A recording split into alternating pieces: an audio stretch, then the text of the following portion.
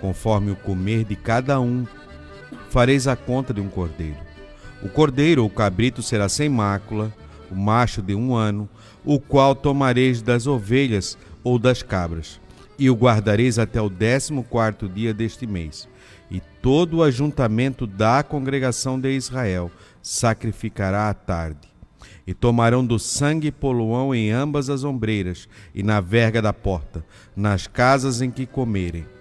E naquela noite comerão a carne assada no fogo, com pães asmos, com ervas amargosas, e a comerão.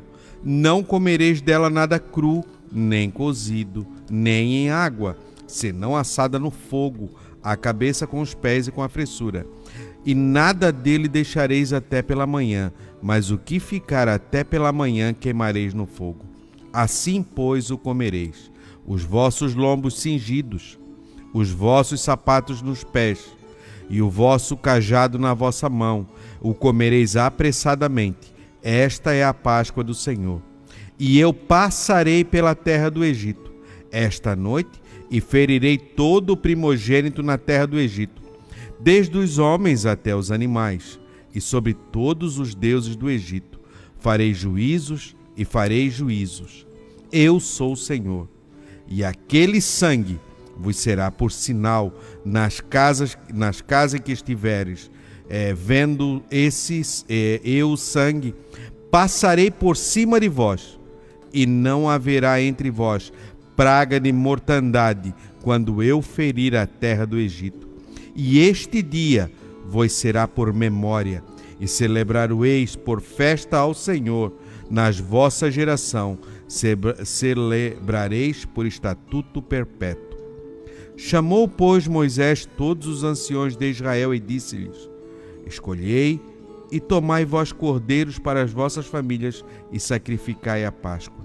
Então tomai um molho de isopo e molhai-o no sangue que estiver na bacia, e lançai na verga da porta e ambas as ombreiras do sangue que estiver na bacia. Porém, nenhum de vós saia da porta da sua casa até a amanhã. E acontecerá que, quando entrares na terra que o Senhor vos dará, como tem dito, guardareis este culto. E acontecerá que, quando os vossos filhos vos disserem: que culto é este o vosso? Então direis: este é o sacrifício da Páscoa ao Senhor, que passou as casas dos filhos de Israel no Egito, quando feriu os egípcios e os livrou nas casas. Então o povo inclinou-se e adorou. Livro de Êxodo, capítulo 12, do verso 4 ao verso 14 e do verso 21 ao verso 23. Com essas palavras, eu deixo a todos os irmãos que nos ouvem e nos assistem a doce e gloriosa paz de nosso Senhor e Salvador Jesus Cristo. Nessa manhã de domingo, estamos reunidos para mais uma escola bíblica dominical, dia 30 de setembro de 2018. Eu quero deixar a todos os irmãos que nos ouvem de perto e de longe, os irmãos que nos ouvem aqui de perto, na pessoa da irmã Liquinha e seu filho Gesian, sempre estão ali ligadinho no rádio nos ouvindo, e os irmãos de longe, na pessoa da irmã Nedábias, que semana passada esteve aqui conosco, conversamos bem pouquinho, que é lá da região metropolitana de Belo Horizonte. Muito obrigado por todos vocês que estão ligadinhos conosco, nos assistindo também para mais essa escola bíblica dominical. Junto na técnica de som, irmão Claudino Silva, sempre contente, alegre, obediente, trazendo ali sempre o bolinho, né? O irmão Ricardo Mendonça, presbítero irmão Ricardo Mendonça conosco, o professor, também o professor evangelista irmão Eliel Uller. A paz do Senhor, irmão Eliel. Paz do Senhor, presbítero Fabiano, presbítero Ricardo, presbítero Claudino Silva. E o Fabiano não esquece do bolinho com café, né? Não, ontem ele passou e já disse: olha, o bolo e o cafezinho. Sabe que ele estava de aniversário semana passada, né, Claudino? Só que ele já está te devendo bolos e mais bolos. E bolos. Não, Claudino, já então você já fez a sua parte. Eu e o irmão Ricardo não trouxemos o bolo ainda, mas ele também não trouxe o meu. Então um abraço aos irmãos de casa também, que acompanham conosco pela rádio, pela internet, pelas redes sociais. O nosso abraço a você. que esse encerramento de trimestre possa trazer mais uma edificação para a sua vida espiritual. E que todos nós saiamos daqui abençoados, né? Que sempre saímos, claro, mas hoje mais ainda, né? Páscoa e Pentecostes são dois assuntos profundos com aplicabilidade muito boa para o nosso tempo. Irmão Ricardo. Eu também quero cumprimentar o presbítero, irmão. Eu também quero cumprimentar o presbítero, irmão Fabiano, evangelista Eliel, o presbítero Claudino, por mais esta oportunidade que vocês me dão de estar aqui junto com vocês. Cumprimentar também nossos irmãos que estão lá do outro lado do rádio e falar da minha satisfação de estarmos aqui para aprender, né? Mais uma vez com Jesus, esta lição tão maravilhosa. Que Deus possa iluminar as nossas mentes, iluminar as nossas vidas, preencher o nosso coração, porque o que preenche o nosso coração, o que nos anima, o que nos dá alento, o que nos alegra, é estarmos em torno da palavra de Deus. Amém? Que Deus abençoe, em nome de Jesus. Amém. Vamos orar então para dar início à nossa lição. Irmão Ricardo, pode fazer essa oração? Senhor Jesus, mais uma vez te louvamos, te adoramos, Senhor, porque o Senhor nos dá o privilégio de estarmos na tua presença, Senhor. Senhor Jesus, abençoa nós que aqui estamos, os professores, Senhor, que irão ensinar a tua palavra, Senhor, irão meditar na sua palavra. Abençoa também esta rádio, Senhor, que vai levar, Senhor, a sua palavra a lugares tão difíceis, lugares tão longínquos, Senhor. Que esses irmãos que estão lá do outro lado do rádio, Pai, possa, Senhor, sentir a sua presença, possa encher do seu espírito, possa aprender de ti, Senhor, para poder caminhar nas suas vidas e aguardar a sua bem-aventurada aparição. Se conosco nesse dia, nesta manhã maravilhosa, Pai, que tu nos deste. Nós te agradecemos, em nome de Jesus. Amém e amém. Estamos na última lição do terceiro trimestre de 2018. Estamos estudando sobre adoração, santidade e serviço, os princípios de Deus para a sua igreja em Levítico. Tivemos lições tremendas durante esse trimestre. Aprendemos muito com o livro de Levítico. E hoje é a lição de número 14. O dia, já falei, dia 30 de setembro de 2018, se encerra. E a nossa lição de hoje é entre a Páscoa e o Pentecostes. O nosso texto áureo, para o irmão que não tem a sua lição, mas tem a Bíblia Sagrada, está no livro de Atos, capítulo 2, do verso 1 ao verso 4. Cumprindo-se o dia de Pentecostes, estavam todos reunidos no mesmo lugar. E todos foram cheios do Espírito Santo e começaram a falar em outras línguas, conforme o Espírito Santo lhes concedia que falassem. A nossa verdade prática: sem a Páscoa não há Pentecostes. E sem o Pentecostes, a Páscoa perde sua eficácia. Somente a redenção em Jesus Cristo, que está junto do Pai, traz o derramamento do Espírito Santo. Eliel.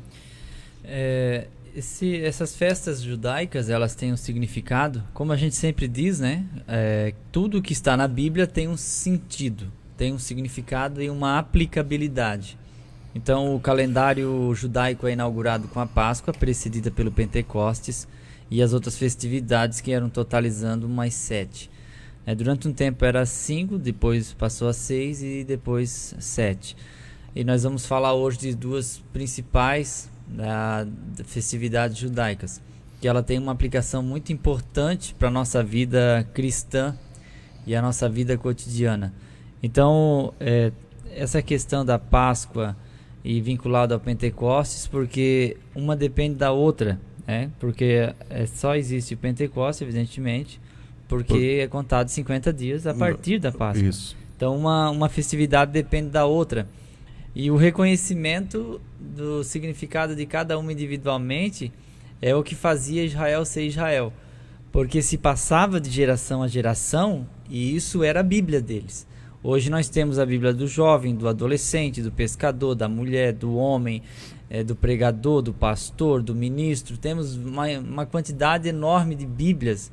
Na época a Bíblia era assentado em casa, passava-se aos filhos a história. A saída do Egito, passagem pelo mar, a provisão no deserto, a conquista da terra prometida, a organização de tudo isso. Então, eis aí a importância das festividades. Por que existem festividades até hoje no calendário judaico? É só você fazer uma outra pergunta. Como que Israel conseguiu preservar todos os seus bons costumes no decorrer desses milênios? Aí você muda a pergunta e a resposta é a anterior. Através das festividades e através dos ensinamentos em casa. Então, eles levavam à risca aquele texto. E tu falarás aos teus filhos e inculcarás, né, andando pelo caminho, assentado em tua casa, deitando-te, levantando-te, tu intimarás. Não é perguntar assim, você quer ouvir? Não, é intimar, né? Fazer eles ouvir essas narrativas, porque essa era a Bíblia, essa era a forma de passar o conhecimento.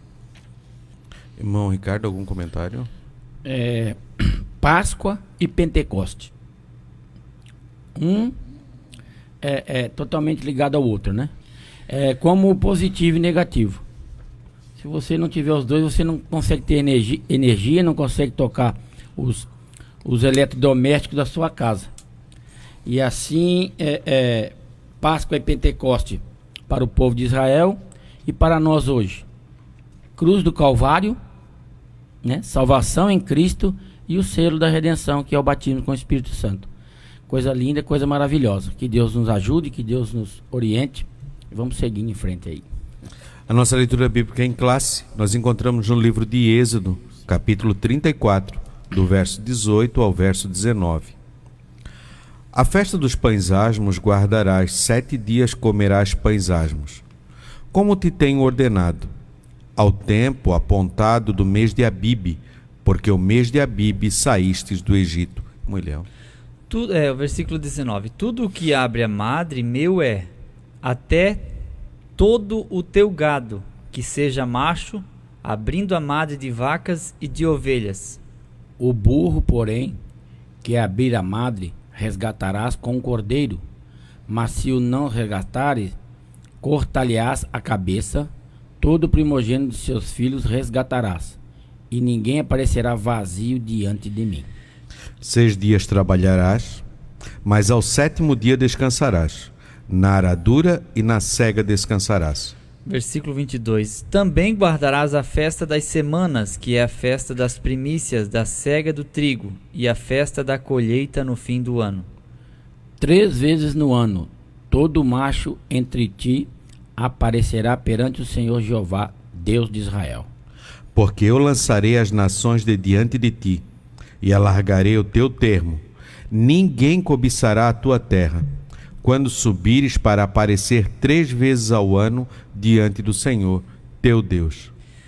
Não sacrificarás o sangue do meu sacrifício com pão levedado, nem o sacrifício da festa da Páscoa ficará da noite para a manhã. As primícias dos primeiros frutos da tua terra trarás à casa do Senhor, teu Deus. Não cozerás o cabrito no leite de sua mãe.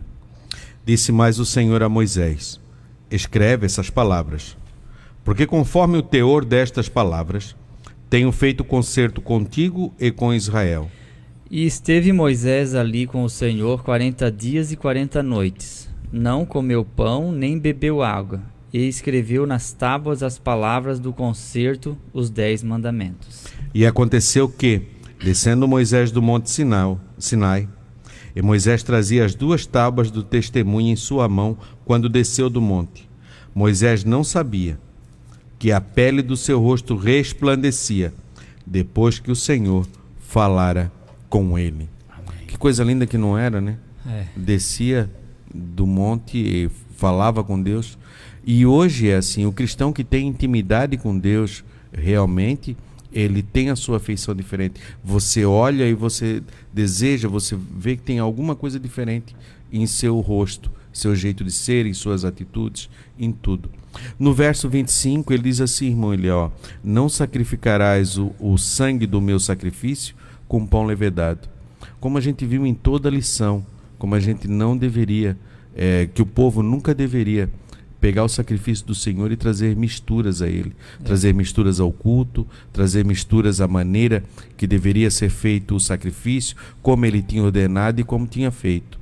Ele nunca permitiu a mistura. Devemos cuidar que quando fazer as nossas obras para Deus, não fazer com vanglória, não fazer por inveja, não fazer por orgulho, não fazer para o nosso nome aparecer, porque tudo isso são fermentos que levedam a massa, né? E tantas outras coisas, né? Irmão Ricardo? Eu tenho uma pergunta para fazer para o nosso professor Eliel. Então, do versículo 26, é uma curiosidade, né? Ele fala das primícias, né, dos primeiros frutos da terra. Depois parece que muda de assunto. Não cozerás o cabrito no leite da sua mãe. Por que colocou isso aqui? Por que não cozinhar? Porque segundo eu procurei saber alguma coisa aí, acho que tinha um prato que eles faziam, que cozinhavam a carne do cabrito no leite. No leite Sim. de cabra. Mas não podia ser da sua mãe. Por que isso é isso?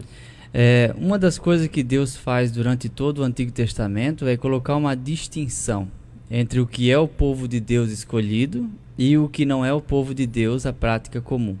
Então, assim, haviam práticas daquela época que eram comuns no paganismo. Então, durante todo o tempo do Antigo Testamento, quando havia uma prática relacionada a qualquer tipo de culto naquele tempo, Deus ia lá e fazia uma proibição para que Israel fosse o povo seu separado dessas coisas.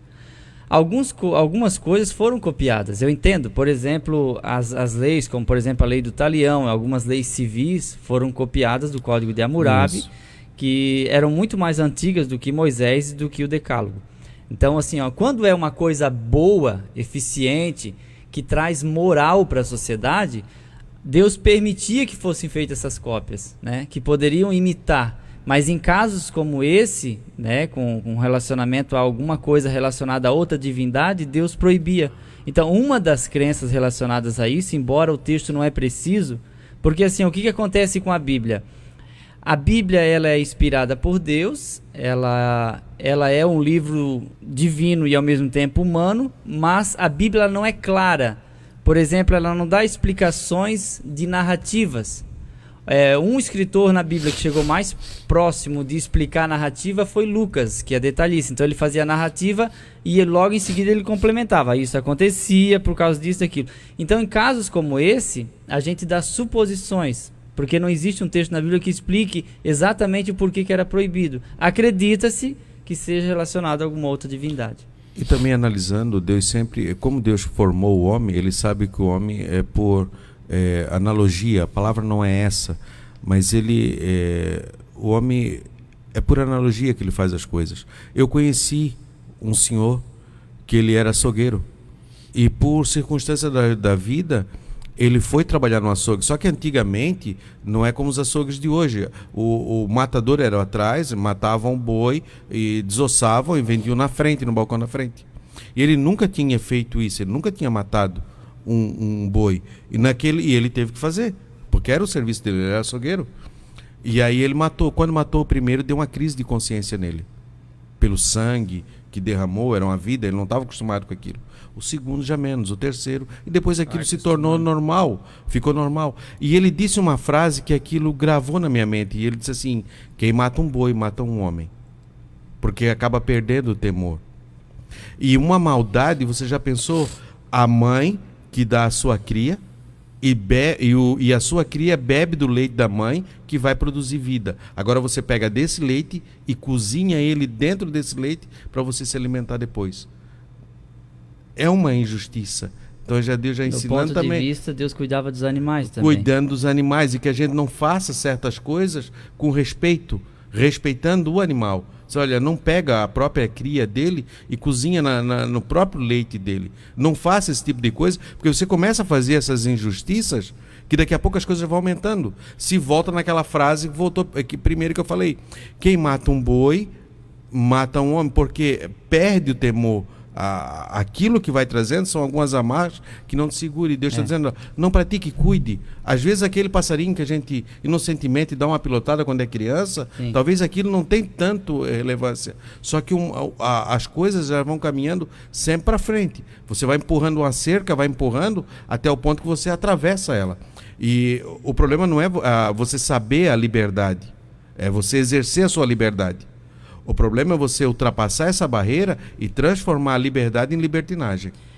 O que você falou faz sentido, e é uma outra possibilidade dessa proibição está relacionada ao afeto mãe e filho. Claro.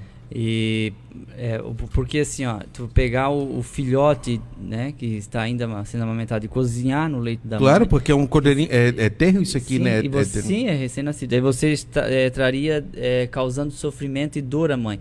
E é tão interessante, você me pergunta, mas mulher, Deus está preocupado com os animais? Por que se permitiu matar o cordeiro? Se permite hoje, né, como muitos nós crentes matamos animais em casa e tal? É permitido que se mate, mas da forma correta, né? Ele não pode causar dor, causar sofrimento no animal. Por exemplo, em Deuteronômio 25, em Deuteronômio 22, se eu não me engano, versículo 6, tem uma proibição ali a respeito dos passarinhos no ninho, né? Que não deveria... Isso, cuidando. Aí eu falei aqui outro dia, você pode até pegar os filhotes, né? Mas deixa a mãe livre, para ela também fazer uma nova prole. Claro que hoje o IBAMA não permite nem tirar os filhotes, né? Não pode. Mas por quê? Você perguntaria, por quê? Isso é antigo, isso tem mais de 3.400, 3.500 anos. Né? Passa de 3.400 anos essa lei. Por quê? A pergunta é por quê? Porque as aves, eles ajudavam a controlar os gafanhotos, por exemplo. Se alimentavam de gafanhotos. Então, um povo que vivia da agricultura, as aves são bem-vindas. Né? Porque ajudava a controlar as pragas. E Deus sabia disso. Porque tudo está dentro de um ciclo. Hoje você vai lá e mata o tamanduá, aumenta a proliferação de formiga. Aí você fica desesperado porque tem muita formiga. Mas cadê o tamanduá? Ele está dentro de um ciclo. Então Deus se importa com as naturezas. É isso que a gente entende. E estabelece normas e regras para nossa própria proteção. Sim. Estabelece as coisas, não é para malefício, sim, para benefício de nós mesmos, para que nós mesmos podemos usufruir das nossas ações. É o grande problema do ser humano hoje, é saber usufruir das ações. E para complementar, irmãos, nós não temos uma afirmação bíblica nesse sentido. Então, sim, nesse caso, são conjecturas. Isso, são só conjecturas. Nós não sabemos exatamente o motivo da proibição. Isso. A nossa introdução, na última lição, desde o trimestre, veremos que, das festividades do Antigo Testamento, as duas mais emblemáticas para o crente em Jesus Cristo são a Páscoa e o Pentecostes. Tendo em vista esses dois marcos da verdadeira fé, afirmando o evangelista norte-americano Stanley Jones, a vida do cristão começa no Calvário, mas o trabalho eficiente no Pentecostes. Sem a Páscoa, não pode haver Pentecostes, e sem o Pentecostes, a Páscoa perde a sua eficácia. Isso significa que duas são as experiências indispensáveis ao discípulo de Jesus: a salvação e o batismo no Espírito Santo. Através do Evangelho completo, podemos reviver experiências da igreja primitiva, que apregoava ousadamente que Jesus Cristo salva, batiza com o Espírito Santo, cura as enfermidades, opera sinais e maravilhas e em breve virá buscar o seu povo. Irmão Eliel? O Ricardo quer comentar? Não, eu já passo a palavra para o irmão. Aqui eu lembrei até da igreja do Evangelho Quadrangular, né? Que isso aqui está escrito bem patente assim na maioria dos seus templos, né? Jesus Cristo salva, batiza, cura, em breve voltará. E em breve voltará. Um abraço até a meu vizinho lá, o seu Oscar Martins, e a irmã Vânia lá, que congregam na igreja Quadrangular e é aluno assíduo nosso aqui, irmão Léo. Obrigado. Está sempre nos escutando. Mas é uma verdade tremenda, né? Esse quadro de receitas, posso dizer assim, que a palavra de Deus nos diz.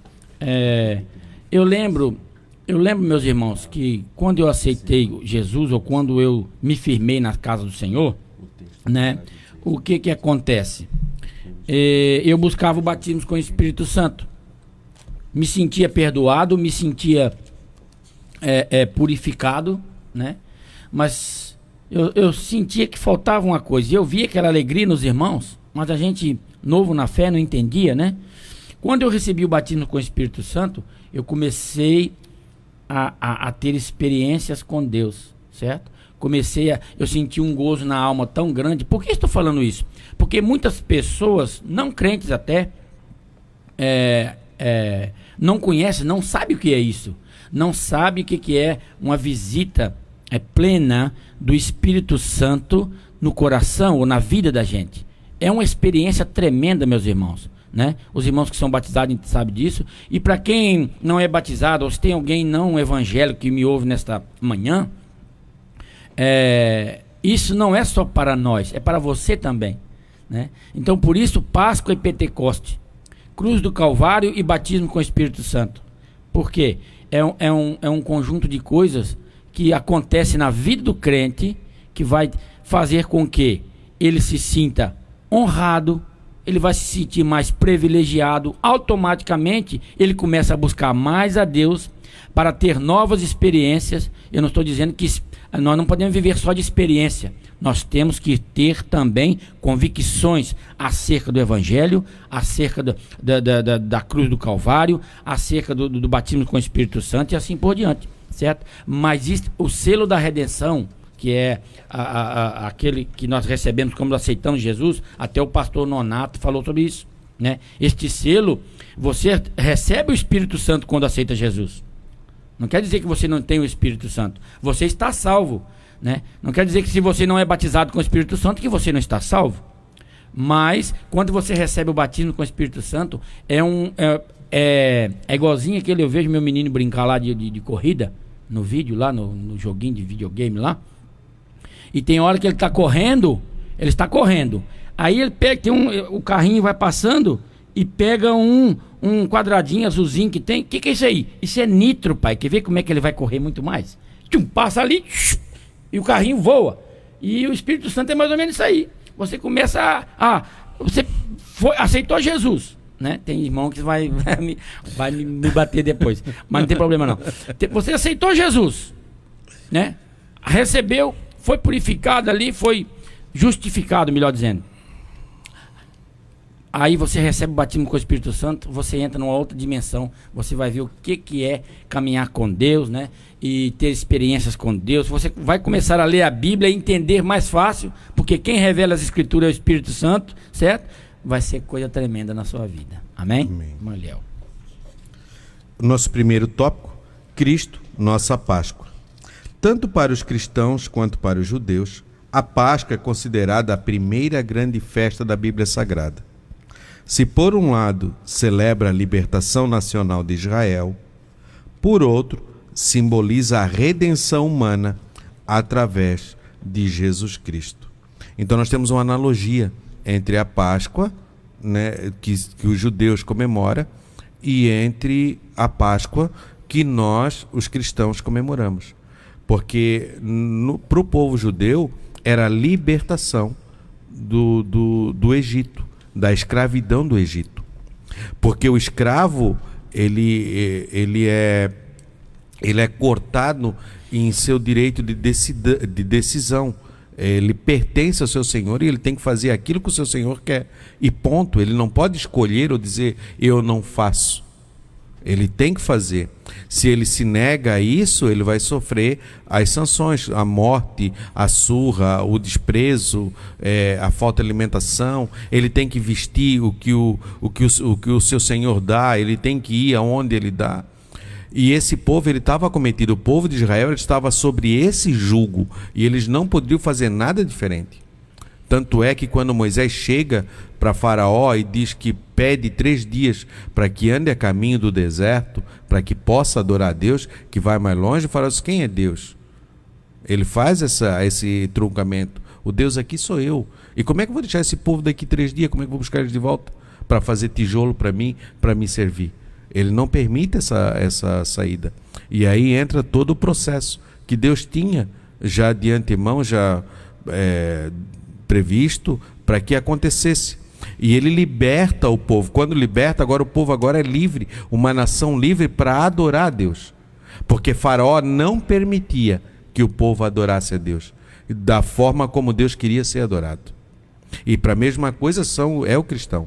Enquanto não tem um encontro com Jesus na cruz do Calvário, quando não vê a cruz, quando o cristão não enxerga a cruz, ele ainda é escravo do mundo. Por isso que a gente vê muitas pessoas, mas por que ele não age diferente? Porque ele ainda é escravo daquilo ali. Há um Senhor sobre ele. Mas a partir do momento que ele é livre através da cruz, agora ele tem o poder de decisão, de fazer ou não fazer. Agora ele pode decidir, porque agora ele é livre. E aí ele sofre as consequências, benéficas ou maléficas, conforme as suas decisões. Algo a comentar, alguns irmãos? O nosso segundo tópico, a definição. A palavra Páscoa origina-se do vocábulo hebraico Pessah, que etimológica e tipologicamente pode ser definida como a passagem da escravidão à liberdade. Essa interpretação cabe tanto à nação hebreia como ao crente em Jesus Cristo, conhecida também como a festa dos pães ázimos. A Páscoa é a mais importante festividade da Bíblia Sagrada, porque marca a primeira aliança formal entre Deus e o seu povo. Êxodo 24, 7 e 8. Eu vou ler aqui a cerimônia, que todo o tópico está vinculado, daí eu vou fazer um resumo, depois os irmãos podem ficar à vontade para comentar, tá bom? Cerimônia pascal, ou pascual. No capítulo 12 do Êxodo, a cerimônia pascual é detalhada em rígidas recomendações, a fim de que os hebreus jamais se esquecessem de seu real significado. No 10º dia do primeiro mês, cada família hebreia tomava um cordeiro ou cabrito, macho de 1 ano e sem defeito, para imolá-lo no 14º dia. O sacrifício deveria ser comido reverentemente com pães ázimos e ervas amargas. Simbologia. Como já dissemos, a Páscoa simboliza tanto a redenção de Israel como dos gentios, pois através de Jesus Cristo ambos os povos fizeram-se um só. Eis porque o Senhor Jesus foi identificado desde o início do seu ministério como o Cordeiro de Deus que tira o pecado do mundo. Ele é o sacrifício dos sacrifícios. A simbologia redentora da Páscoa ganha vida e expressão na celebração da Santa Ceia. Levemos em conta também que o Senhor Jesus foi crucificado durante a celebração pascal. Ele é o nosso Cordeiro pascal. Então, tem uma série de detalhes aqui, bastante detalhes, que são importantes. Por exemplo, o pão sem fermento, por exemplo. Aí você diz assim, Moeliel, mas como é que funcionava esse fermento antigamente? Como é que se fazia esse fermento? As pessoas às vezes ficam se perguntando, já que hoje o fermento é industrializado, você compra em um potinho e dá para fazer ali 4, 5 bolos, né? Com uma colher de fermento você faz um bolo simples. Mas nesse tempo o fermento era feito como? Hoje ainda dá para fazer assim. Você pega uma farinha, por exemplo, de trigo, e você bate com água e deixa descansando em temperatura ambiente 24 horas. Depois você vai lá, coloca mais farinha com água e mistura tudo de novo e deixa mais 24 horas. E vai fazendo assim por uma semana.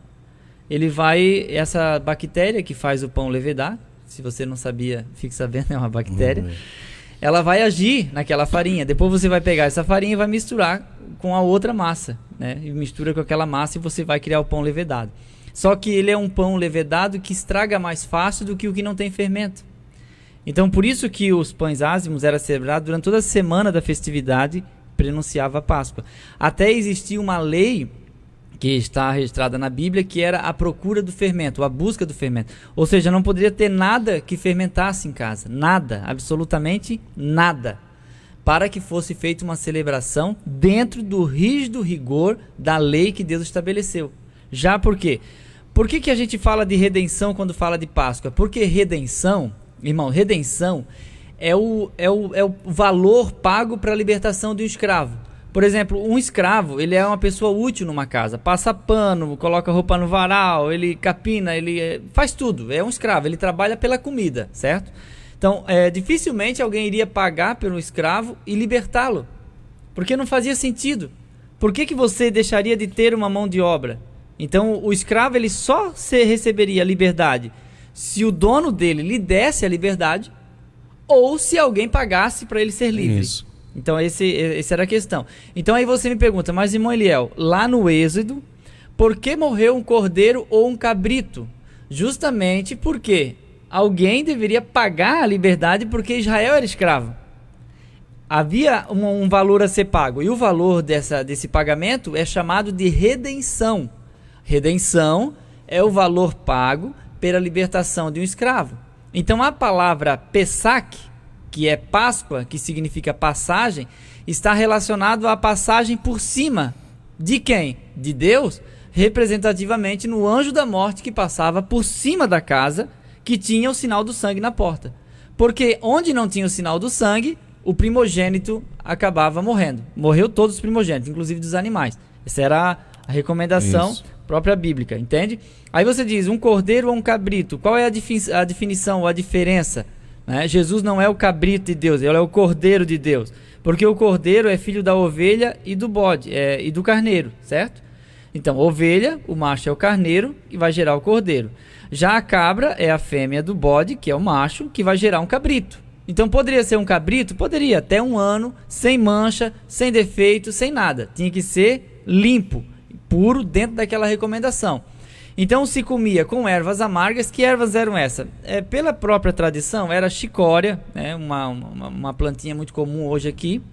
Né? Era uma chicória e havia um dente de leão que se misturava a isso. Né? E a hortelã também para dar aquele tom amargoso. Alguns acham que era assim. Outros acham que era uma espécie de alface silvestre, que ele não era comestível, mas ele era muito amargo mesmo. Então, na celebração da Páscoa, tinha-se o cordeiro, tinha todo o ritual da vestimenta dentro da regra, a forma que eles deveriam celebrar essa Páscoa, o animal que estava ali e a erva amarga que deveria ser comida também. Cada coisa tinha o seu significado, só que é tão impressionante os detalhes, porque tudo isso eram coisas feitas. Isso. Por exemplo, as sandálias calçadas nos pés, a roupa para quem vai viajar, o pão deveria ser sem fermento. O fermento, uma por causa da durabilidade e outra por causa da pressa. Tá? Por quê? Porque ele tinha que sair às pressas. E não dá para esperar o pão crescer. Porque o que a gente faz hoje com o fermento? A gente coloca o fermento no pão e espera ele crescer para assar. Então, como Israel está saindo às pressas, ele não poderia esperar esse pão crescer, então tem que ser sem fermento. Então não poderia ter nada de fermento. E o fermento na Bíblia é visto como algo pecaminoso, que muda a textura, a forma, e que não é exatamente aquilo que representa. Né? Normalmente na Bíblia tem esse sentido. É como a fala da hipocrisia, da falsidade, do pecado e assim por diante. Então não poderia ter fermento. Mas na própria simbologia do Êxodo, o fermento ali que não estava presente é por causa da pressa. Agora você imagina, 500 anos, 1000 anos depois, 1500 anos depois, celebrar do mesmo jeitinho, tá? Assim, ó, com roupas de quem vai viajar, calçados, né, sandálias, porque eles iriam caminhar no deserto, o cajado na mão, pronto para sair, comer apressadamente, beber águas amargas e não esperar o pão crescer, sem ninguém dizer nada, só fazer isso. Para quê? Aí você vai me perguntar, mas para que isso, irmão Eliel? A Bíblia é muito clara, para que teus filhos perguntem. Isso é só para gerar dúvida. É só para gerar dúvida. Aí o filho assim, que amarga essa água, o que amargo essa chicória, que é isso, pai?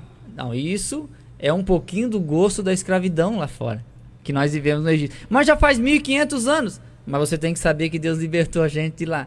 Então eu acho isso aqui, irmãos, extraordinário. Eu sei que existe uma aplicabilidade, nós vamos entrar na aplicação, já estou encerrando a minha fala, para nós irmos para outro tópico, mas isso aqui é tão extraordinário, porque é pressa. A gente está indo para onde? Para lugar algum. Então por que comer tão rápido? É porque um dia nós saímos às pressas do Egito. Glória a Deus. E por que a gente matou um cordeiro tão pequeno? Porque a nossa família é pequena. Isso. Por que esse cordeiro tão grande? É porque a nossa família é maior. Por que trazer os vizinhos? Porque é um casal sem filho. Um casal sem filho não dá conta de comer um cordeiro. Então o que faz? Convida a família de Irmão Ricardo.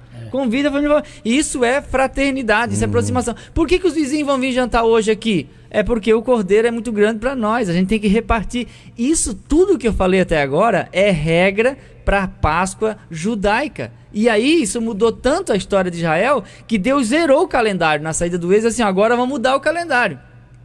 O calendário agora vai começar com a Páscoa. Você conta 10 dias do primeiro mês, quando começa o ano. No 14º dia começa a celebração da Páscoa. Depois da celebração da Páscoa, 50 dias o Pentecostes. Deus mudou o calendário judaico por causa da saída do Egito. Saída do Egito mudou. Então assim, ó, é algo extraordinário, né? Aí entra na questão da simbologia, né? Ela simboliza tanto a redenção de Israel como a dos gentios. Por que gentil? Eu sempre explico. Gentios com O. Né? Gentil com O no final. Porque às vezes a gente acha que gentil com L é a mesma coisa. Mas não, gentil com L é de gentileza. É você ser gentil com alguém. Gentil com O é sinônimo de pagão. Então nós éramos gentios com O. Isso. Gentios. Nós éramos gentios. Por quê? Porque nós não éramos pertencentes à comunidade de Israel e não éramos igreja. A partir do momento que nós entramos para a igreja, deixamos de ser gentios e passamos a ser a igreja de Cristo. Então, assim, hoje a gente celebra essa Páscoa, não com pães asmos. É aquilo que Paulo escreve. Isso. Né? Não com o cordeiro. Porque o que tem de extraordinário na Santa Ceia, a última ceia de Jesus? Tinha pão e tinha o cálice. Tinha ou não tinha? Sim. Mas a Páscoa se celebra sem cordeiro? Não. E como é que não tinha cordeiro na mesa de Jesus? Ele era o cordeiro. Eis aí o cordeiro de Deus que tira o pecado do mundo. Ele era o cordeiro. Então, ele se fez o cordeiro por nós. Por quê? Porque ele precisava pagar a redenção. Porque nós éramos escravos do pecado. Isso. Mas a redenção, todo pecado tem que ser pago. Não adianta. Todo pecado tem que ser pago. Mas, irmão Eliel, eu me converti e agora o meu pecado todo foi perdoado. Foi perdoado porque o teu pecado já foi pago lá na cruz. Isso. Porque havia uma dívida entre nós e Deus. Nós éramos devedores. Mas agora, quando ele vai olhar para nós, o sangue de Jesus nos cobre. E aí, ele não vê pecado, ele não imputa maldade em nós. Isso. Não porque nós somos bonzinhos, mas por causa daquele sacrifício lá na cruz que nos trouxe a redenção. Hoje nós não somos mais escravos do pecado, mas somos escravos de Cristo. Porque é um pertencimento. Se eu pago a tua soltura, você é meu. Isso. E eu faço o que eu quero contigo. Jesus pagou a nossa soltura, então ele vai fazer o que ele quiser conosco. Nós somos dele, pertencemos a ele e caminhamos com ele. Amém. Uma coisa interessante que o irmão Eliel colocou aqui, que o escravo ele é liberto, ou pagando o seu preço pela redenção. Ou recebendo de graça. Isso. Se você fugir dos olhares do teu Senhor, não quer dizer que você é livre, você é um escravo fujão. Mas tem um texto na Bíblia, né? Isso. Tem o texto a carta de Paulo a Filemão. Isso, eu ia trazer agora. Que Filemão, que daí ele pega e trouxe, volta lá e Paulo escreve a carta. Sim. Porque aquele rapaz tinha fugido. Por mesmo que ele estivesse no evangelho, mesmo que ele estivesse na coisa, ele tinha que voltar lá atrás para consertar algo que não tinha sido feito. Uma analogia. Outra coisa que o irmão Eliel também colocou aqui sobre a Páscoa e a coisa. Quando eles faziam esse ritual, é como se eles se transportassem no tempo e todos fossem lá naquela época, mesmo que já tinham passado 1000 anos ou 1500 anos, como o Eliel colocou aqui, é como se esse grupo de família voltasse naquele tempo lá e tivesse todo mundo reunido, toda a nação de Israel. Os que viveram na época e os que estão vivendo agora. É como se tirasse o tempo passado, presente e futuro e ficasse agora todo mundo junto, diante da mesma celebração. Hoje na Santa Ceia é a mesma coisa. Quando nós vamos celebrar a ceia do Senhor, é como se nós saíssemos desse tempo, saíssemos agora e fôssemos transportados para aquele cenáculo. Por isso que ele diz assim, fazer isso em memória de mim. É como se a gente estivesse olhando para Jesus e tomando daquela ceia, daquele momento. E aquele momento se perpetua até os dias de hoje. Até o dia final. Até a mesma forma a festa do tabernáculo, né? Deixar de sair, por exemplo, hoje ainda se comemora, né? Se sai dentro de apartamentos luxuosos para morar em barraca durante semanas. Né? Porque para lembrar que um dia eles peregrinaram no deserto, e é interessante que até o Pentecostes é a festa da colheita, é uma forma de dizer assim para Deus: obrigado pela provisão, isso, obrigado por não permitir que as pragas destruíssem a nossa lavoura e que os inimigos não pisoteassem aquilo que nós plantamos. Então tudo está envolto numa gratidão. A generosidade de Deus merece a nossa gratidão. Eu sempre digo que uma gota de compaixão merece uma fonte de gratidão. Amém. E a gente vê isso na palavra de Deus, quando a gente vê Gideão malhando trigo no lagar. Por que ele malhava o trigo no lagar? Porque estava acontecendo aquilo que o meu Eliel acabou de falar. Eles estavam trilhando a lavoura dos israelitas, estavam pisando a lavoura dos israelitas. E quer dizer, por causa de quê? Por causa da desobediência, porque viraram as costas para Deus. Né? Muito bem. O nosso segundo tópico, o Pentecostes, a festa das primícias. Sem a Páscoa não pode haver Pentecostes. Isto significa que, sem a experiência pascual, as primícias não têm qualquer significado diante de Deus. O sangue do Cordeiro é imprescindível à nossa redenção. Hebreus 10 e 18. A definição. A festa do Pentecostes, celebrada 50 dias após a Páscoa, recebe as seguintes designações: festa das colheitas, das semanas, das primícias. Êxodo 34, 22 ao 26. Enquanto a Páscoa era uma cerimônia doméstica, o Pentecostes era uma celebração pública, na qual toda a nação louvava a Deus por sua suficiência. Era também o momento de exercer a misericórdia e o serviço social. Oi. Irmão Ricardo? Veja como que acompanha, não é só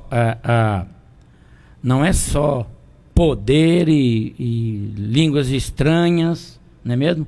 E reteté, como alguém diz por aí. Você é contra, irmão Ricardo? Não. Dentro sendo feito com a permissão do Espírito Santo e no Espírito Santo, amém, glória a Deus. Mas está falando aqui de exercer misericórdia e serviço social, né? É aquilo que eu falei no começo. Você recebeu o batismo, você passou pela cruz, recebeu o batismo. Agora aqui, ó, a definição da festa do Pentecoste. E qual a definição, irmão Ricardo? O que você define o batismo com o Espírito Santo na sua vida? O revestimento de poder que você recebe. Costumo dizer que eu recebo o revestimento de poder para vencer o pecado primeiro. Para vencer o pecado. Não é para mim mostrar para alguém que eu sou mais espiritual, né? E exercer misericórdia. Meu Deus, como essa tecla aqui parece que está quebrada no órgão da nossa vida. Quando eu disse órgão aqui, aquele órgão que faz o som lá de órgão, um instrumento musical. Parece que está quebrada. Exercer misericórdia. Isso é uma coisa que está faltando no nosso dia de hoje. A misericórdia. E quando é que eu não exerço misericórdia, irmão Ricardo? Quando você vê seu irmão necessitado, certo? Se você for batizado com o Espírito Santo, tiver verdadeiramente o Espírito Santo morando no templo que é dele, porque a Bíblia diz que o nosso corpo é templo do Espírito Santo. E se ele estiver habitando neste templo, você vai exercer misericórdia. Quando vê seu irmão passando necessidade, quando você vê o seu irmão aflito, pedindo misericórdia, que ele se desgarrou do redil, praticou coisas que até escandalizou a obra de Deus, mas agora ele está voltando e pedindo misericórdia, e você não exercer misericórdia, meus irmãos, e como isso tem acontecido. E sabe qual é a minha conclusão disso? É que você não passou pelo Pentecoste. Você não tem o Espírito Santo te ladeando, estando ao seu lado e te orientando. E outra coisa, o serviço social. Ora, o irmão Fabiano está aqui, ó, sabe muito bem, né? Estou comentando isso e eu gostei muito que me deram a palavra a respeito disso, porque está na lição. Irmão Ricardo, você está saindo da lição, né? Não, o comentarista está falando aqui, ó. Está falando aqui. E isso é uma coisa que tem que estar na nossa vida. Isso tem que existir na vida do crente, certo? Porque senão eu não vou acreditar que você tem o Espírito Santo. Me perdoe, não vou acreditar, certo? Eu estava falando que o irmão Fabiano está aqui, ele sabe. Nós temos lá o nosso grupo familiar com tantas necessidades. Aqui no dia da Santa Ceia, agora vai ser sábado, agora por causa das eleições, vai ter a nossa caixa de socorro ali, com várias coisas, né? A campanha do quilo, meu irmão. Meus irmãos, se você nunca foi tocado, dobre o joelho e ora, ou ore, para que seja tocado nesse respeito aí, ó, a respeito disso, de ajudar as pessoas, seu vizinho, né? O seu vizinho, como está passando? Os seus familiares, o que estão passando? E não é só comida, e não é só bebida, muitas das vezes é a palavra de Deus que tem que ser levada, né? Que Deus nos ajude, que nós possamos exercer misericórdia e serviço social. Aqui o texto que eu quero ler aqui, que está relacionado à festividade também. Então assim, ó, as festividades judaicas eram acompanhadas de doações, porque a ideia é que todo o povo se sentisse alegre e satisfeito. É como se fosse o nosso Natal, que se envia presentinho para crianças carentes, que espera aquele momento para receber um brinquedo. Então o texto muito famoso, que a alegria do Senhor é nossa força, que está em Neemias 8:10, Na linguagem de hoje, ela diz assim, ó, já que era um dia festivo para Israel, vão agora para casa e façam uma festa, repartam a sua comida e a sua bebida com quem não tiver nada preparado. Esse é o dia sagrado para o nosso Deus. Portanto, não fiquem tristes, porque a alegria que o Senhor dá fará com que vocês fiquem fortes. Então, a alegria do Senhor é nossa força. Amém. Então, quando a gente vê essas festividades, a gente entende que ela é acompanhada de boas obras. Daí que veio a campanha do quilo associada à celebração da Santa Ceia.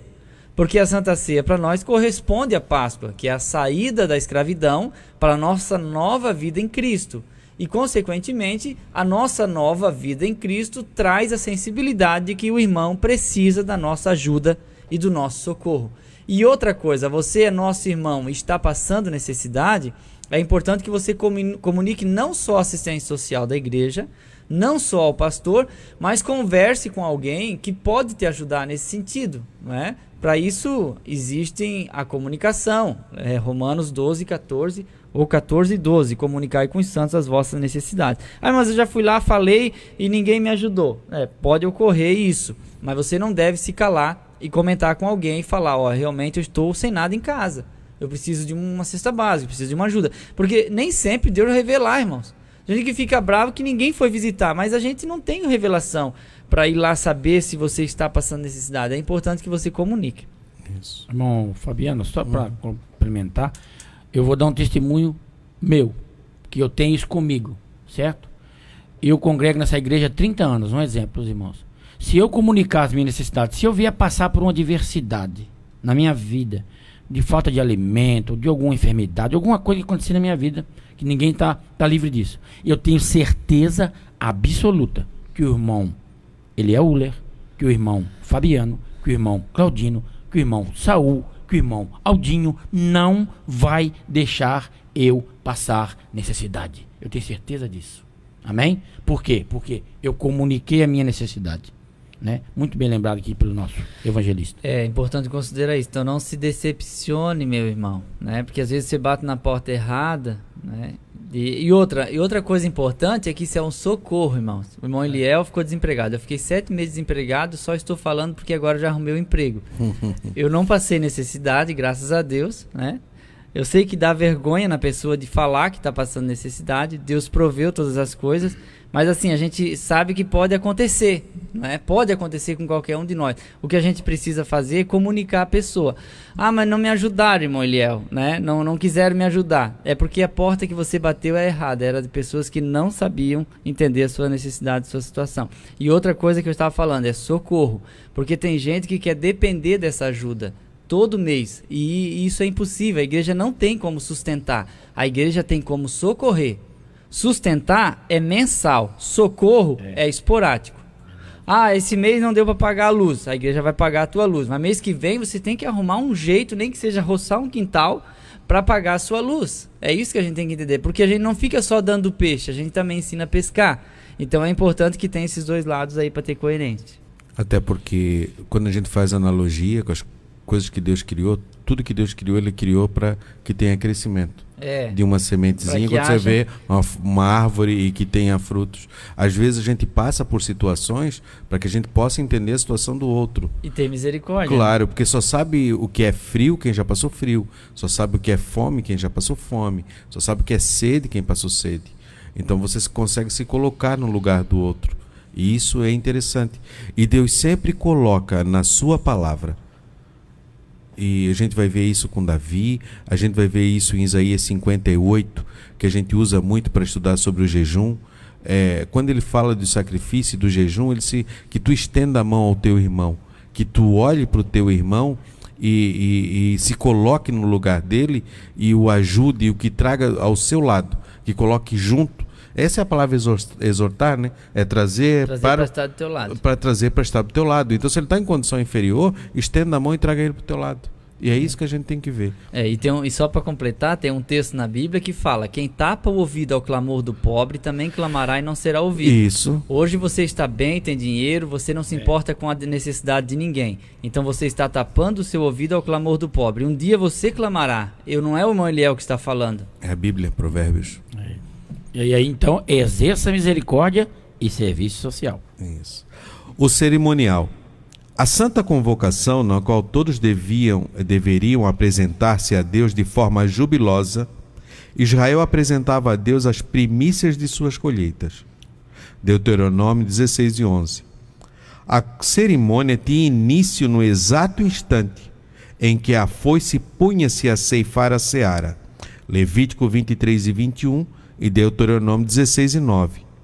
No momento mais solene, o adorador movia o molho perante o Senhor. Levítico 23:11.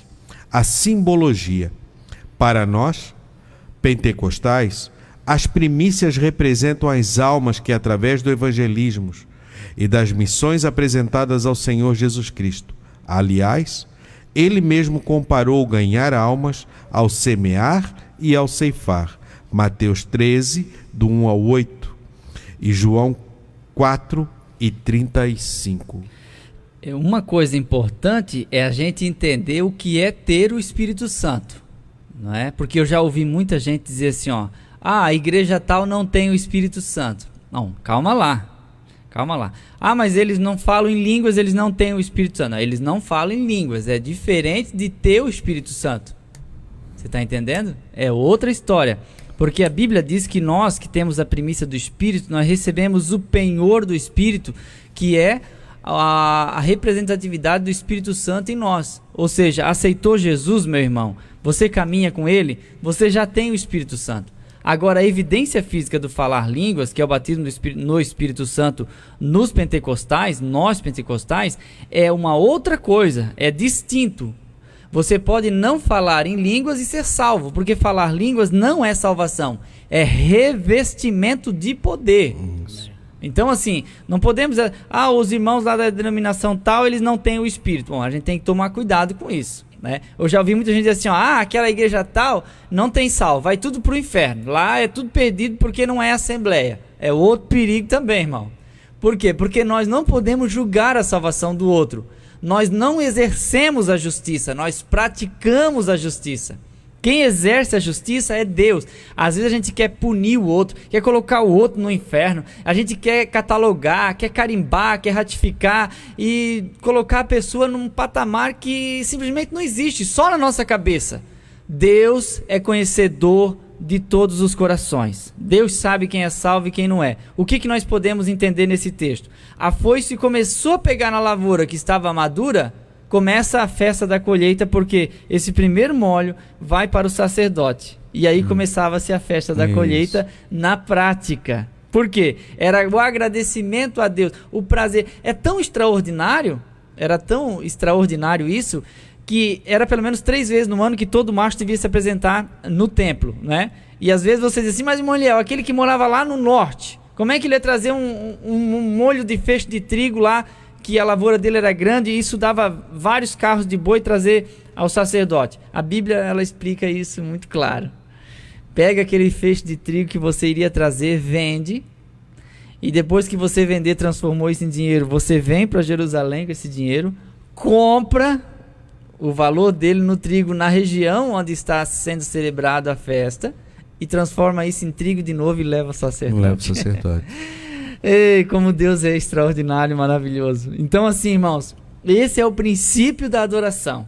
Entregue a Deus de uma forma generosa, com muita gratidão, porque Deus deu saúde, Deus mandou a chuva, Deus mandou a oportunidade, Deus abriu a porta de emprego, Deus te colocou naquela empresa, Deus te deu o concurso, Deus deu inteligência para estudar, Deus te deu um patrão, um encarregado, te deu uma função, e hoje você consegue sustentar a sua família. Você tem que dar a Deus o seu melhor, que é a sua gratidão. Amém. Isso. E através dessas atitudes, tem uma palavra atrás dela, que é reconhecimento. Isso. Né? Tu reconhecer que é Deus soberano, que é Ele que faz. Que quando você reconhece com verdade e com sinceridade, não é da boca para fora, é algo que emana de dentro de você. Quando você tem essa, que ela vem revestida de gratidão, e aí você entrega de forma liberal, né, com liberalidade, aquilo que propôs no aquilo coração. que propôs no coração, e você entrega, e aí Deus recebe, e aí todo esse ato, ele vai produzir uma eficácia, ele vai produzir um efeito. Por isso que muitas vezes certas coisas não acontecem efeito, né? Então vai produzir um efeito, irmão Eliel. Não, desculpa ter te Não, interrompido. que isso, querido. É que, assim, de todas as formas de trazer oferta ao templo para manutenção da obra de Deus, eu não acredito que o medo, a culpa, a ganância sejam melhores delas. Porque o medo você traz porque o devorador vai pegar o que é seu. Isso não é um bom princípio.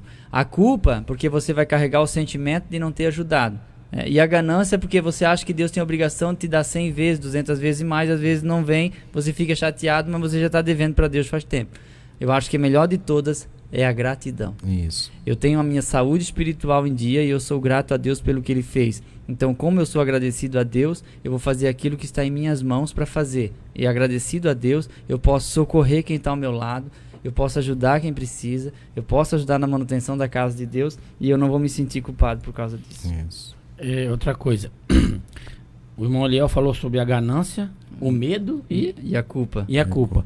Se você for abençoar a obra de Deus com esse sentimento, você não vai conseguir fazer isso com alegria. Não. E Deus ama quem dá com alegria. Isso.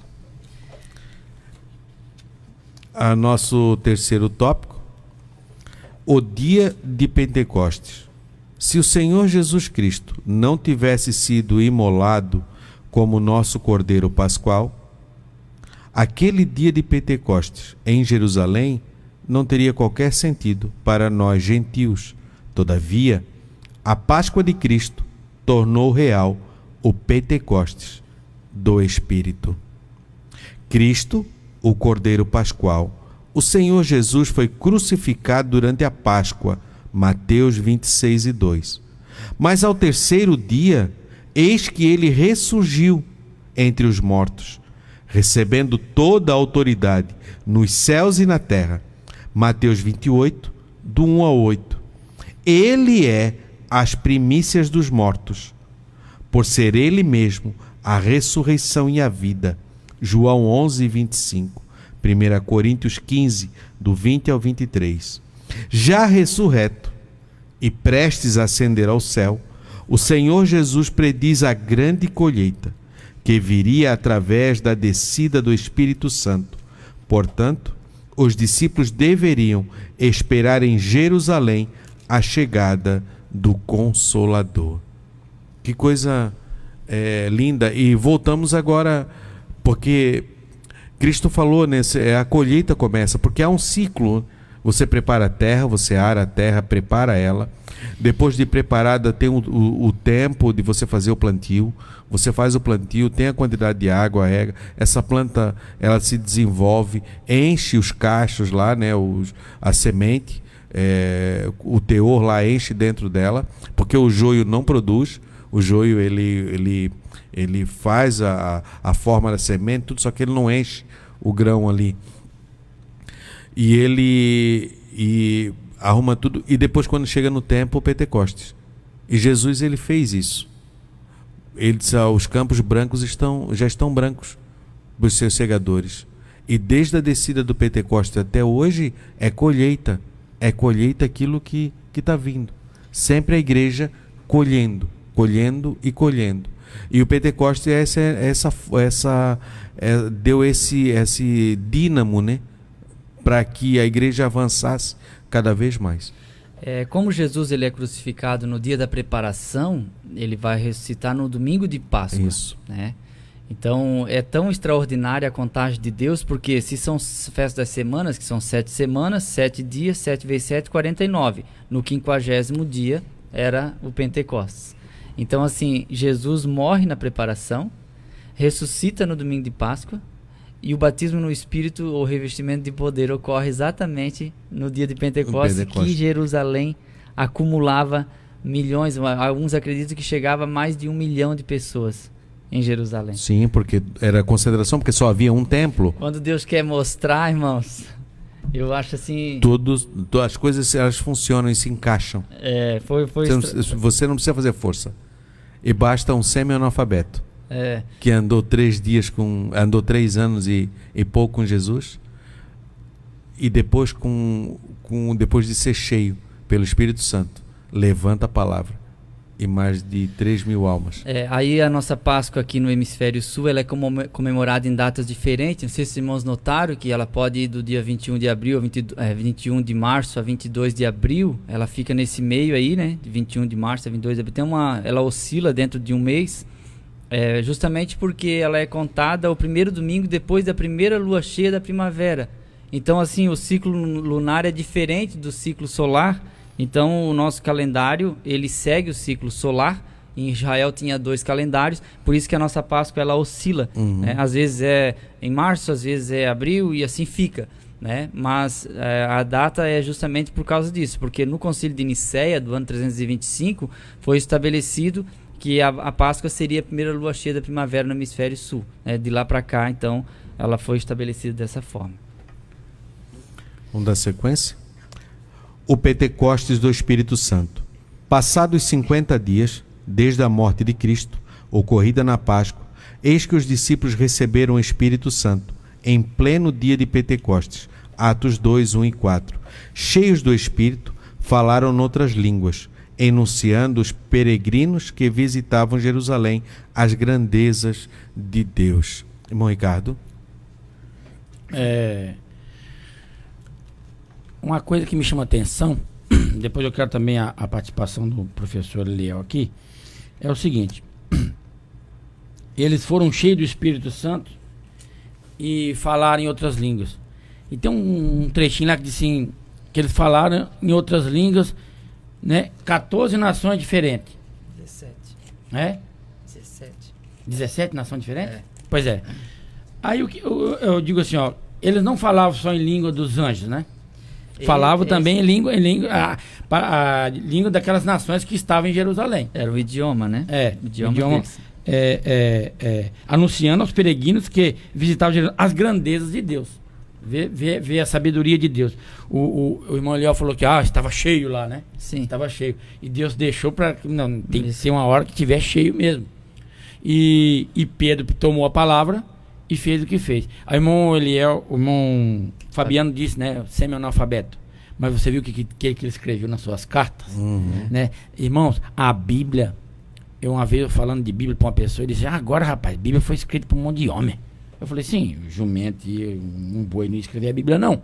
Mas ela é inspirada pelo Espírito Santo. Sim. Né? Para você ver, quando a gente é revestido com o poder do Espírito Santo, o que somos capazes de fazer, né, na dependência do Espírito Santo. O que somos capazes? Já vou passar a palavra para o meu Eliel já, eu quero saber desse negócio aí das 17 nações, mas o que somos capazes de fazer na presença de Deus, né? Eu outrora, jamais, se me mostrasse um vídeo futuro de eu sentado aqui nesta mesa, eu dizia assim, isso aí é uma montagem, eu não iria acreditar. Eu estaria aqui, né? Mas é o que Deus faz conosco, né? E é o poder do Pentecostes, do Espírito Santo na nossa vida, não é mesmo?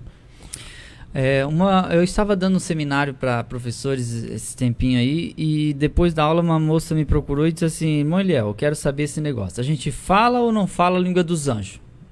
Perguntou para mim. Daí eu disse assim, a gente pode falar a língua dos anjos pela eventualidade do batismo, mas as línguas estranhas que a gente fala, só Deus entende. Então, se fosse dos anjos, o diabo também entender, porque ele também é anjo. Ficaria essa questão. O único texto que fala em língua dos anjos é 1 Coríntios 13, onde Paulo diz, ainda que eu falasse, ele não diz que a gente vai falar, então ele diz que ainda que eu falasse língua dos homens e dos anjos, e eu não tivesse amor, seria como metal que tine ou como sino que soa.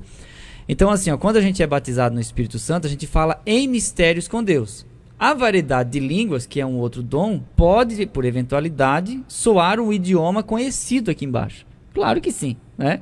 Então, assim, o texto que o irmão Ricardo falou é o texto de Atos 2:9. Como, pois, os ouvimos, cada um, na nossa própria língua em que somos nascidos, aí começa a falar a listagem de nações, partos, medos, elamita, os que habitam a Mesopotâmia, Judéia, Capadócia, Ponto, Ásia, Frígia, Panfilha, Egito, partes da Líbia, Cirene, forasteiros romanos, tanto judeus como prosélitos, cretenses e árabes, todos o temos ouvido em nossa própria língua falar das grandezas de Deus, e todos se maravilhavam e estavam suspensos, dizendo uns aos outros, que isso quer dizer? O que isso quer dizer? Então, entendia-se, isso que a gente fica percebendo no texto, entendia-se o idioma que aqueles homens que não tinham esse domínio, falar das grandezas de Deus no idioma de cada pessoa que estava ali. É isso que a gente fica entendendo no texto. Então, pode acontecer isso? Pode acontecer. Né? Não é uma regra, mas é importante que a gente entenda a importância do batismo no Espírito Santo. A princípio, o falar em mistério com Deus para edificação pessoal. A língua estranha não edifica a igreja, é pessoal. O que edifica a igreja é a profecia por causa da linguagem. Né? É mais ou menos isso. Outra pergunta, então, o professor. E quando a Bíblia diz assim, que a língua estranha é sinal para o infiel? Quer dizer? Porque ela é sobrenatural. Ela é sobrenatural. Só que ele diz assim, mas eu prefiro falar na igreja 5 palavras no meu idioma do que 10.000 em língua estranha. Porque o outro não vai receber edificação. O que ele está falando é dom de línguas e o dom de profecia, a importância. E quando ele diz, mas buscai os melhores dons, é porque existe um dom melhor que o outro. Por isso que ele diz os melhores. E qual é o melhor? O melhor é o que edifica a maior quantidade de pessoas. É muito melhor dar aula aqui no rádio do que numa classe de 10 alunos. Sabe por quê?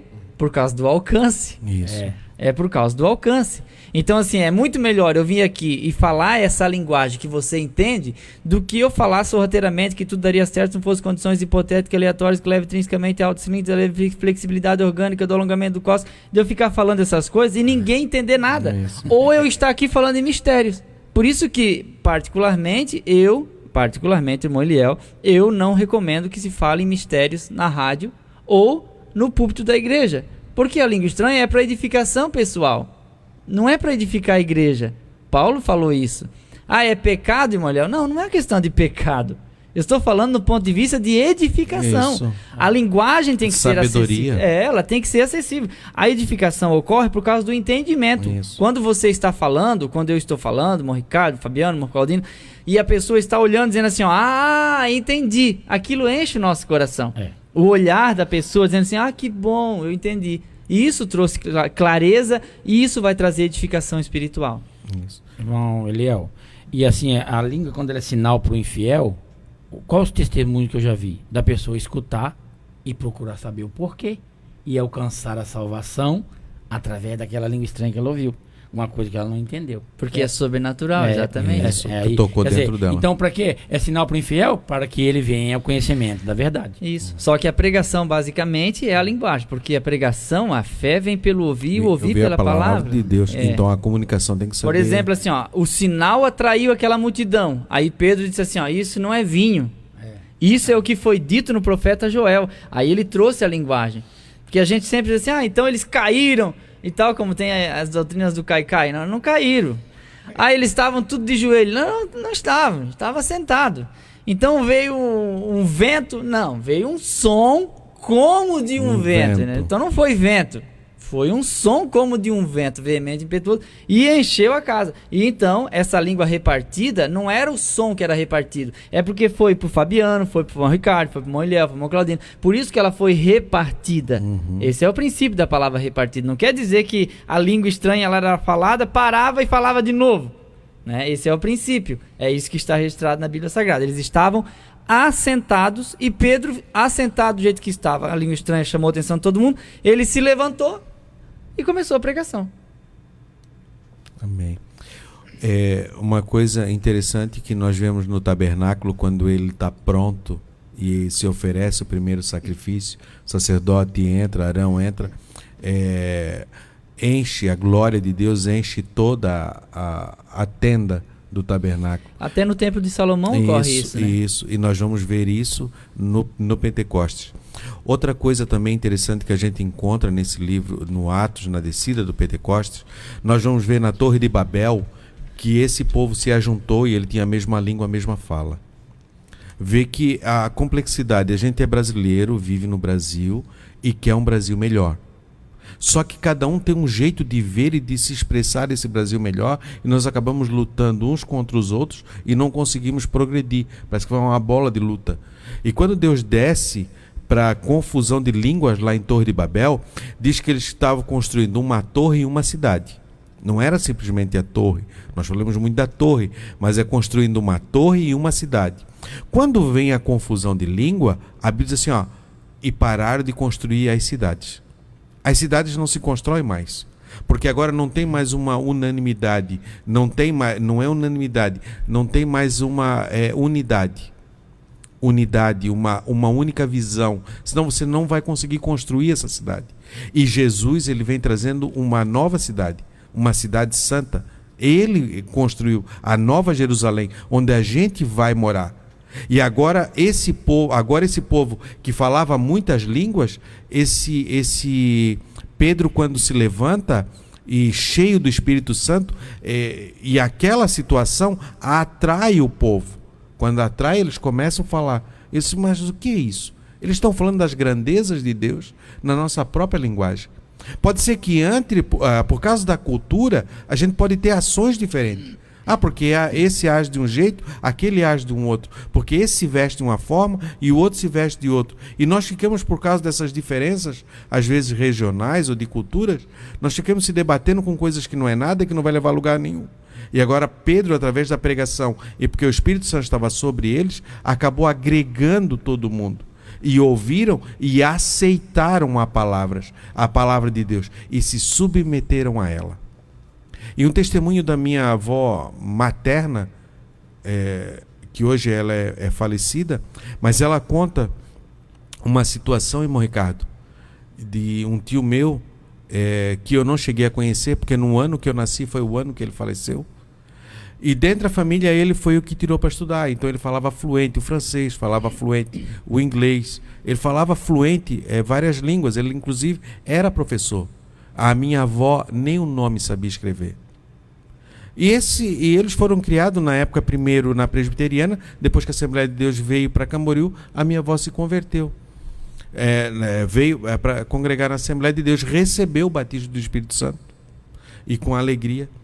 E um certo dia, eu não sei, o meu tio trabalhava na universidade, não sei como foi o tal negócio, e algumas coisas não estavam acontecendo. E Deus, sabendo do futuro, a minha avó fazendo almoço no domingo, depois que veio da escola dominical, na sua casa, fazendo o almoço, esse meu tio chega.